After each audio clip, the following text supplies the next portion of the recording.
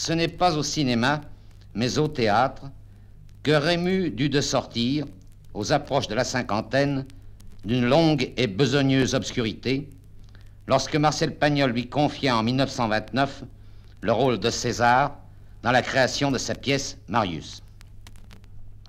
C'est encore au théâtre qu'il revint, 15 ans plus tard, pour son dernier triomphe aux Français, dans cet inoubliable bourgeois gentilhomme, magistrale leçon de finesse, de naturel, d'intelligence du classicisme, administré aux comédiens les plus cultivés de France par l'ancien Toulourou de Café-Concert, le bistrot de la trilogie marseillaise, la museur de vaudeville.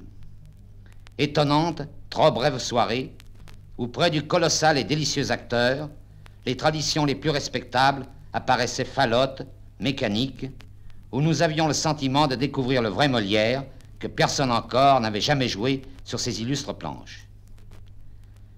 Mais entre-temps, c'était le cinéma, par une vingtaine de films, qui avait consacré Rému, qui en avait fait le plus grand acteur de son pays, probablement de son époque. Ces films ne sont pas tous, il s'en faut, à la hauteur de leurs formidables vedettes, dont l'encolure faisait craquer maints petits scénarios. Les bizarreries, les mesquineries de nos mœurs cinématographiques empêchèrent toujours la rencontre de notre premier comédien avec nos 3 ou 4 meilleurs réalisateurs. Mais Rému ne se laissa jamais enfermer dans les médiocres limites du théâtre de conserve où on le produisit trop souvent. Le cinéma, en soi, était bien le vrai mode d'expression de son énorme, truculente, pantelante, fulgurante humanité. Que l'on se souvienne, entre autres, de son inénarrable travesti dans Mademoiselle Nitouche, de sa cocasse douleur dans La femme du boulanger, et du vieux César, grand-père de Césario, le polytechnicien, dans le 3e des films de Pagnol. Personne chez nous, je crois, n'avait réussi plus vite et plus spontanément cette difficile transposition du jeu de théâtre dans le registre cinématographique. Rému, d'ailleurs, incarnation complète de son métier, était fort capable de faire du cinéma à lui tout seul. Je l'ai vu plus d'une fois au studio, à la 10 ou 12e répétition d'un plan dont chacun désespérait, se substituer au metteur en scène pataugeant et vaincu, bouleverser le maigre dialogue, rugir ses ordres, styler en 3 mots ses partenaires, déplacer de sa main la girafe, les projecteurs, terminer admirablement en 10 minutes le travail sur lequel s'exténuaient depuis des heures les techniciens ramenés par sa présence au rang d'amateurs incertains. Cette autorité, cette compétence ombrageuse et souveraine ne contribuait guère, d'ailleurs, à huiler les rapports de notre grand homme avec la faune du cinéma. La légende d'un Rému obtus a trouvé naissance dans de semblables épisodes où simplement il tolérait mal qu'on lui imposât des sottises, des cafouillages, des erreurs que son intuition réprouvait et où il rivait son clou à quelques mazettes. C'est avec Les Inconnus dans la maison, ce bon et solide film de M. Henri de Coin, que Rému atteignit à ces dimensions monumentales de sa dernière manière, celle aussi au théâtre du bourgeois gentilhomme, dont on n'a, si je ne me trompe, conservé aucune trace. Nous avions raffolé de ses clameurs, de ses sarcasmes, de ses mimiques, de sa verve populaire, de ses rires gigantesques. Mais nous ne savions pas qu'il pouvait s'emparer d'un rôle comme celui de ce vieil avocat déchu, ivrogne, cynique, atrabilaire mais lucide, pour l'élever à ses proportions, cette ampleur, cette complexité, ce relief véritablement dostoïevskien. Oui, c'était bien à Marmeladov, à Lebedev, Lebiadkin, à tous ces marmiteux épiques du romancier russe que le vieux baladin toulonnais nous faisait songer. Rien de plus conventionnel, de plus usé cependant qu'une plaidoirie à l'écran. Mais cette fois, nous pouvons entendre et réentendre ce morceau rituel. Nous n'épuiserons pas de sitôt la vie dont Rému l'a gonflé. Tout son clavier est là, l'apostrophe furibonde, la verbeur, la malice, la fantaisie bouffonne et aussi la sensibilité, le tact. De même qu'aujourd'hui, les radiographies de tableaux nous apportent les plus curieuses révélations sur la facture des grands peintres, la voix sans visage de cet enregistrement nous permet une attachante analyse de l'incomparable métier de Rému. Nous observerons par exemple avec quelle sûreté, quelle surprenante diversité il place ses accents. Si ces rugissements fameux ont une telle force dramatique ou comique, c'est qu'ils contrastent avec tous ces diminuendos, avec les pianissimos soudains. Rémus avait joué de son coffre célèbre, de son creux d'airain, comme le plus habile organiste joue de son instrument. Personne n'a peut-être usé de la nuance avec plus de doigté que ce colosse qui avait la réputation de briser les microphones par ses éclats. Ce disque des Inconnus dans la maison est une œuvre d'art. C'est aussi un enseignement, celui de l'irremplaçable instinct, du sens de la vie, de la belle conscience dans le travail quotidien. Enseignement d'autant plus précieux dans ce temps où le pédantisme à jargon pseudo-philosophique porte sa contagion jusque chez des comédiens, où l'on se met à parler en patois hegelien dans le trou du souffleur, où l'on félicite un acteur jouant Macbeth de ne pas l'incarner du tout, de ressembler plutôt à Sganarelle ou à Chrysale, ce qui lui permet d'obtenir un effet de distanciation, suprême secret de la nouvelle technique du spectacle. Notre cher Rémus nous a quittés, lui qui ne connaissait d'autre effet de distanciation que ceux de son génie. Mais son rire donne toujours écrasante, joviale réponse aux cuistres et aux cabots métaphysiciens. Messieurs, la cour. L'audience est reprise. Faites entrer le premier témoin. Madame Dossin. Vos noms, prénoms, Marthe Dossin, âge, 35 ans. profession. Mais elle a plus de 35 ans. Elle a eu son fils à 21 ans. Et quel âge a son fils? 19. Levez la main droite et dites je le jure. Je le jure. Ben, tournez-vous vers messieurs les jurés et faites votre déposition.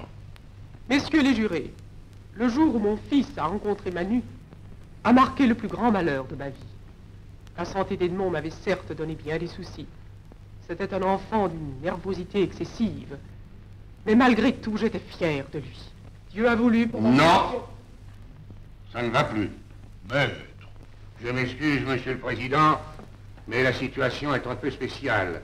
Le témoin est ma sœur. Dans la salle, il y a mon neveu et ma fille. Mon cousin est mon adversaire. Et l'accusé est mon futur gendre. Ça devient une affaire de famille, c'est pourquoi je me permets de sortir des formes traditionnelles. Je n'admets pas que les parents de ces enfants, les parents qui devraient être à la place de Manu au banc des accusés, viennent parader à la barre. Quelles que soient les circonstances qui ont amené la mort de Gros-Louis, le véritable coupable ne peut pas être un enfant. Les enfants ne sont jamais coupables. Les vrais coupables, c'est toi, Marthe. Vous, Dossin, monsieur Destriveau, Daya, madame Manu et moi-même. Depuis le début de ce procès, le ministère public a cherché à masquer l'élément capital de cette affaire. Messieurs les jurés, je vous mets en garde. Pour tenter de sauver une mauvaise cause, Maître l'Ours a racheté le discrédit sur les plus honorables familles de la ville. Monsieur le Président, je vous supplie de ne pas laisser éclater un scandale. Monsieur le Président, je vous supplie de m'entendre. Voilà 20 ans que je n'avais pas mis les pieds au palais. Si hier matin, j'ai bousculé tous mes placards pour retrouver ma robe, si j'ai repris ma place à ce banc, ce n'est pas pour me laisser arrêter dans ma tâche par de vaines considérations de respectabilité bourgeoise. Je ne cherche pas le scandale, quoi qu'en pense monsieur l'avocat général. Mais je ne l'éviterai pas non plus s'il doit m'aider à faire jaillir la vérité devant vous, mais pas cette vérité bien mise, bien attifée, qui se rend aux invitations formulées dans les règles. La vérité toute nue, qui sort du bain, comme une belle garce qu'elle est, quitte à étabusser un peu autour d'elle. Des mots. Vous voulez des faits? Si mon neveu, qui n'est certes pas d'une intelligence supérieure, mais qui n'est pas non plus le parfait petit crétin dont il se donne le genre, a pu organiser cette imitation de gangster, c'est qu'il étouffait chez lui. Il ne pouvait plus supporter les gémissements, les mamours de sa mère, les turlupinades de son père. Tu entends, Marthe? Si tu avais été une mère plus compréhensive, plus normale, et si ton mari avait moins couru les putes, ton fils n'en serait pas là. Chez monsieur Destriveau père, c'est autre chose. Il est caissier, et il promène dans la vie le grillage de sa caisse comme une cage portative, dont s'y s'entoure pour dîner, aimer, dormir. Regardez-le dans la salle.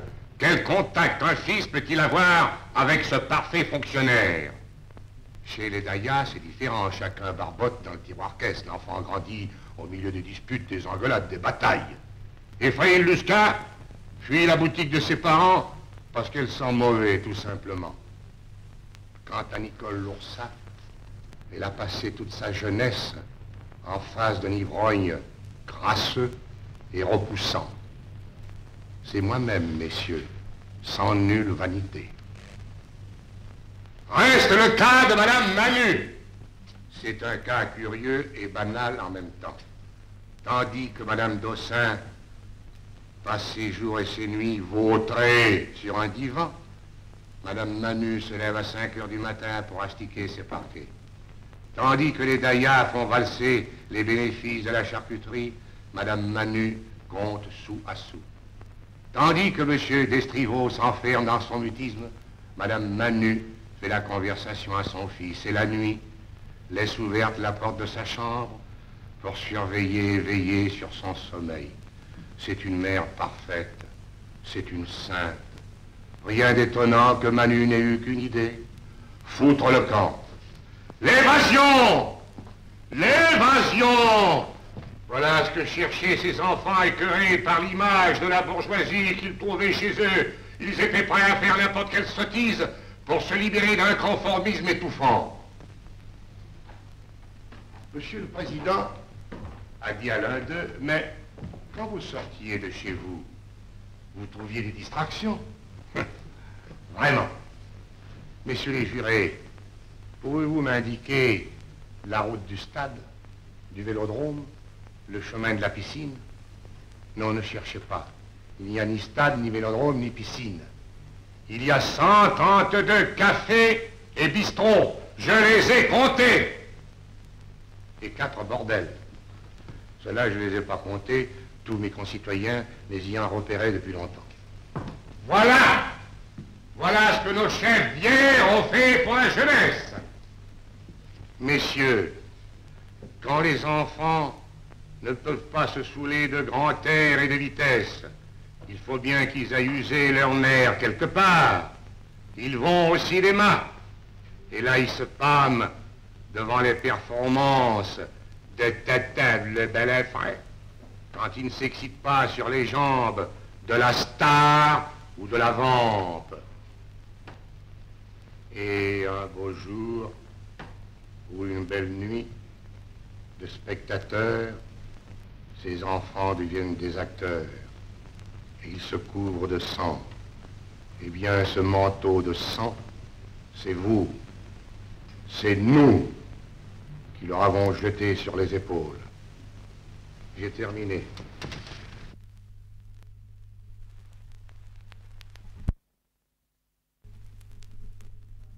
Monsieur l'avocat général peut poursuivre en paix son interrogatoire. Oh, je ne vous suivrai pas sur ce terrain, mon cher maître. Je préfère renoncer tout de suite à l'audition de ce témoin. Alors, qu'est-ce que je fais, moi? Vous pouvez me retirer. Mais ceci dit, je ne vois pas en quoi la diatribe du défenseur diminue les charges qui pèsent sur Manu. Si vous comptez plaider, mon cher maître, les circonstances atténuantes, je suis prêt à me joindre à vous pour les demander au jury. Je remercie le ministère public, mais il aurait tort de préjuger à l'avance de mes intentions. L'incident est clos. Le témoin suivant. Tous les témoins d'accusation ont été entendus, Monsieur le Président. Alors, nous allons attendre ceux de la défense. Non, Monsieur le Président. Je renonce à l'audition de mes témoins. Il a bu. Il est fou. Maître Loursa, avez-vous suffisamment réfléchi à la gravité? Parfaitement, Monsieur le Président. Oh, c'est un scandale. Je sais très bien ce que vous pensez, Monsieur l'avocat général. Mais ce matin, je n'ai pris qu'un café au lait. D'ailleurs, je l'ai encore sur l'estomac. Je renonce à l'audition des témoins de la défense. Mais je demande à réentendre tous les témoins de l'accusation. Monsieur le commissaire Minet, Binet, enfin, monsieur le commissaire. Dans votre déposition d'hier, vous nous avez dit, au bout de 5 minutes, je mettais la main sur un revolver, soigneusement dissimulé au fond d'un tiroir du bureau de Manu. Oui, en effet, il était enfoui sous un tas de paperasses et de bouquins. En découvrant si rapidement un objet si bien caché, vous avez fait preuve d'une grande perspicacité. Oui, monsieur. L'idée de perquisitionner à la librairie Georges vous est venue toute seule? Je ne comprends pas, Monsieur le Président. Je vous demande si cette idée ne vous a pas été suggérée par un tiers. C'est-à-dire que la police a reçu une dénonciation. Une lettre anonyme? Si vous voulez. Comment, si je veux? Évidemment, c'était une lettre anonyme signée. Quoi? Parfaitement, elle était signée X. Et vous n'avez pas cherché à découvrir l'identité de cet X? Pourquoi faire? Évidemment, pourquoi faire? Comme dit Monsieur le Président, la police raisonne logiquement. Merci, Monsieur Minet. Binet, maître, Binet. Je voudrais parler au jeune Dossin. Monsieur le Président, voulez-vous demander au témoin s'il était amoureux de ma fille? Bien sûr, il y a eu un flirt entre nous. C'était comme le reste, une espèce de jeu. En effet, messieurs les jurés, mon neveu se faisait passer pour l'amant de ma fille. J'ai une famille de compliqués. C'est tout ce que je voulais savoir. Le jeune Destriveau peut-il revenir à la barre? Voyons, jeune militaire, quand vous étiez dans le civil, étiez-vous amoureux de ma fille? Oui ou non? Oui. Merci. Daya! Ne vous troublez pas. Ne vous troublez pas, mon petit ami. Ne vous énervez pas. Et vous? Faisiez-vous exception à la règle? Pardon? Ah, ça y est. Étiez-vous amoureux de ma fille?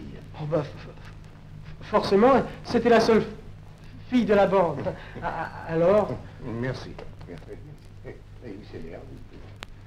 Lusca!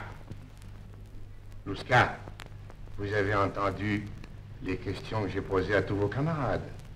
Pouvez-vous m'y répondre à votre tour? Oui, maître. Moi, je n'ai jamais été amoureux de Nicole. Ah, enfin! En voilà un qui n'est pas amoureux de ma fille. Enfin, voilà un témoin impartial. Messieurs les jurés, le crime que l'on va juger aujourd'hui n'est pas un crime d'intérêt, mais un crime de la jalousie. Manu, messieurs les jurés, n'est pas l'assassin, mais la victime. En tuant Gros Louis, le meurtrier visait Manu. À travers le maître chanteur, il atteignait le rival. Messieurs les jurés, pour comprendre les enfants, il faut retrouver son âme d'enfant. Oubliez 5 minutes vos âges et suivez-moi au boxing bar où la bande se réunit tous les soirs. Ils sont 5, 4 garçons et une fille. Tous les garçons, sauf Lusca, rêvent vaguement d'une aventure avec Nicole. Mais alors que chez les uns, cela peut passer pour une sorte de comédie dans l'ordre des vols de briquets et des potirons. Chez l'un d'eux, l'amour est né. Et ce sentiment est tellement authentique que l'amoureux refoule son espoir et se tait. C'est à ce moment-là, Monsieur le Président, nous sommes au début de novembre. Un événement survient. Un nouveau rentre dans la mafia, comme dit mon neveu. Chez celui-ci, l'homme se révèle déjà. La femme le reconnaît tout de suite et s'accorde. Chez l'un d'eux, c'est atroce. La jalousie envahit son cœur. Et la nuit, quand Manu vient retrouver Nicole dans sa chambre, le malheureux vient rôder sous les murs du jardin. Il souffre, messieurs. Il souffre, seul comme un enfant peut souffrir. Et voilà qu'un soir, cet obsédé, ce malade, s'aperçoit qu'on a laissé la porte du jardin entr'ouverte. Enfin, il va pouvoir se rendre compte de son malheur. Il pénètre dans la maison. Il monte l'escalier à pas de loup. Un murmure de voix arrive jusqu'à lui. Il colle l'oreille à la porte et là, il entend ce qu'il aurait voulu dire. Ce qu'il aurait voulu qu'on lui dise. Alors la haine l'emporte. Il sait qu'au-dessus, il va trouver un revolver. Il monte au second. Gros Louis tord. Le revolver est là, à la portée de sa main, dans la poche de la gabardine de Gros Louis. Il saisit l'arme. Il est décidé à tuer Manu. Mais Gros Louis se réveille. Alors, une idée atroce, abominable, criminelle, traverse l'esprit, le cerveau du malheureux. En tuant Gros Louis, il va se débarrasser de son rival.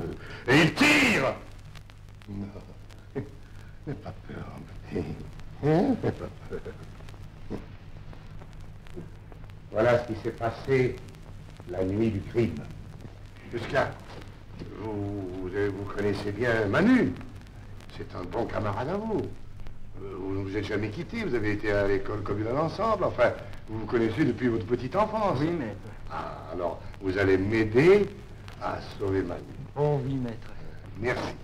Voyons, Manu, est-il droitier ou gaucher? Droitier. Merci. Merci. Ah, Lucien.